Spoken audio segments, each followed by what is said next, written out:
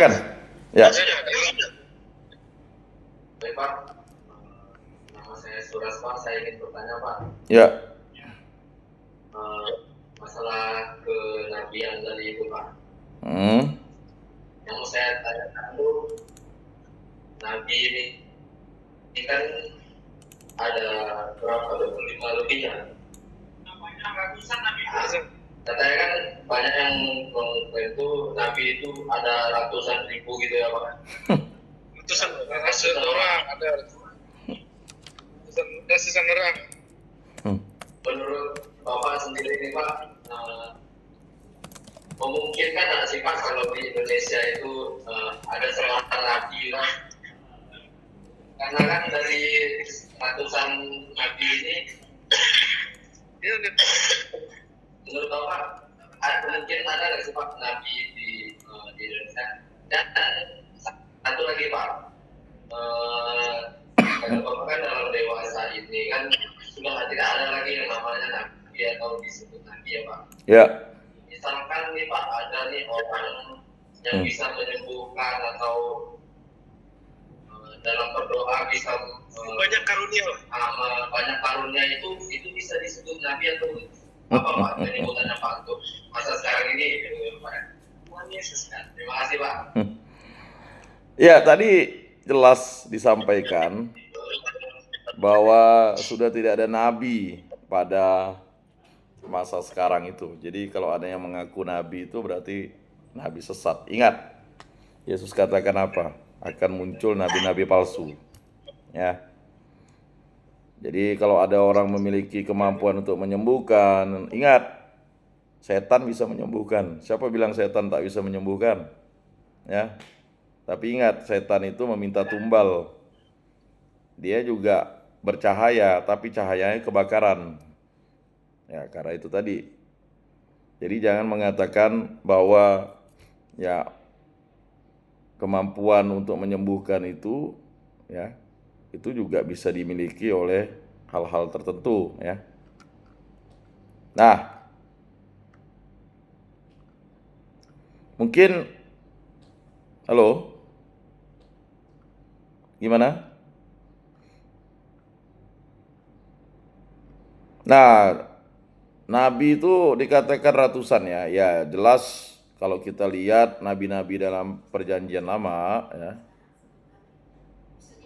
Perjanjian lama itu mencetak banyak nabi yang dipanggil Allah untuk menjadi penyambung lidahnya kepada bangsa Israel dan bangsa-bangsa lain. Mereka memberikan nubuat tentang hukuman, pengharapan, dan kedatangan Mesias ya. Lalu beberapa nabi utama dalam perjanjian lama, Musa itu sebagai nabi terbesar Israel yang memimpin bangsa Israel keluar dari perbudakan Mesir dan menerima hukum Taurat di Gunung Sinai. Kemudian Elia, nabi yang terkenal karena keberaniannya melawan penyembahan Baal dan pertemuannya dengan Allah di Gunung Horeb. Yesaya, nabi besar yang menyampaikan nubuat tentang kedatangan Mesias, termasuk nubuat hamba Tuhan yang menderita. Ya, kita bisa baca di Yesaya 53. Yeremia disebut nabi ratapan karena banyak nubuatnya berisi peringatan tentang kehancuran Yerusalem. Yeskiel, nabi yang menyampaikan penglihatan tentang kebangkitan Israel, lembah tulang-tulang kering ya, dan kehadiran Allah. Daniel, nabi yang terkenal dengan penglihatan apokaliptik dan keberanian di tengah pengasingan di Babel. Nah, kemudian ada yang disebut dengan nabi-nabi kecil, seperti yang sudah kita ketahui, ada 12 nabi kecil ya, yang bisa kita ketahui. Nah, peran utama nabi itu dalam perjanjian lama, yang pertama menyampaikan pesan Allah, kedua mengingatkan umat akan dosa mereka dan panggilan untuk bertobat, ketiga menyampaikan pengharapan termasuk nubuat tentang kedatangan Mesias. Kemudian yang kedua, nabi-nabi dalam perjanjian baru. Perjanjian baru tidak memiliki nabi seperti dalam perjanjian lama, tetapi mengakui peran para nabi sebagai bagian dari pekerjaan Roh Kudus dalam gerejanya. Nabi dalam konteks perjanjian baru itu Yohanes Pembaptis disebut nabi terakhir perjanjian lama dan membuka jalan bagi Yesus Kristus. Ia memproklamasikan kedatangan kerajaan Allah dan menyerukan pertobatan. Lalu Yesus Kristus, meski lebih dari seorang nabi, Yesus sering disebut nabi karena ia menyampaikan firman Allah dan menggenapi nubuat tentang Mesias. Lalu para rasul, beberapa rasul juga dianggap memiliki fungsi kenabian karena mereka dipakai oleh Allah untuk menubuatkan rencananya seperti Rasul Yohanes dalam kitab Wahyu ya. Lalu nabi-nabi dalam jemaat, dalam kisah para rasul dan surat-surat Paulus disebutkan adanya nabi-nabi yang melayani dalam gereja mula-mula seperti Agabus di kisah para rasul 11 ayat 28. Lalu nabi-nabi dalam nubuat Yesus. Yesus Kristus menggenapi nubuat para nabi perjanjian lama. Banyak nubuat tentang Mesias lahir di Bethlehem, menderita, mati, dan bangkit digenapi dalam hidup dan karyanya. Lalu panggilan kenabian bagi umat Kristen ya. Dalam konteks gereja masa kini, fungsi kenabian dapat dilihat sebagai panggilan untuk pertama menyampaikan firman Allah kepada dunia, yang kedua membimbing umat kepada kebenaran, yang ketiga menyuarakan keadilan dan kasih Allah kepada mereka yang tertindas. Nabi-nabi dalam tradisi Kristen adalah saksi kebenaran Allah yang melampaui zaman.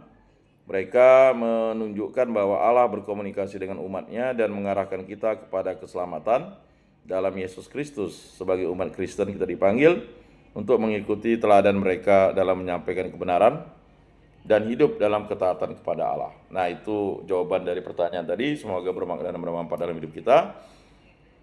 Nah, mungkin ada hal-hal tertentu kita bisa lanjutkan pada pertemuan berikutnya. Mari kita tutup kegiatan ini dengan berdoa dalam nama Bapa dan Putra dan Roh Kudus. Amin. Allah Tritunggal Yang Maha Kudus, berkati, bimbinglah dan sertailah kami, karena Engkaulah Raja semesta alam yang menciptakan langit dan bumi. Berkatilah keluarga kami, orang-orang yang kami kenal dan kasihi. Semoga kami semua selalu setia kepada Allah Tritunggal Yang Maha Kudus. Semoga kami serahkan perantaraan Tuhan kami Yesus Kristus yang hidup dan beraja kini sepanjang segala masa. Amin. Dalam nama Bapa dan Putra dan Roh Kudus. Amin. Salam, salam kasih, damai dan sejahtera. Tuhan memberkati dan menyertai serta melindungi.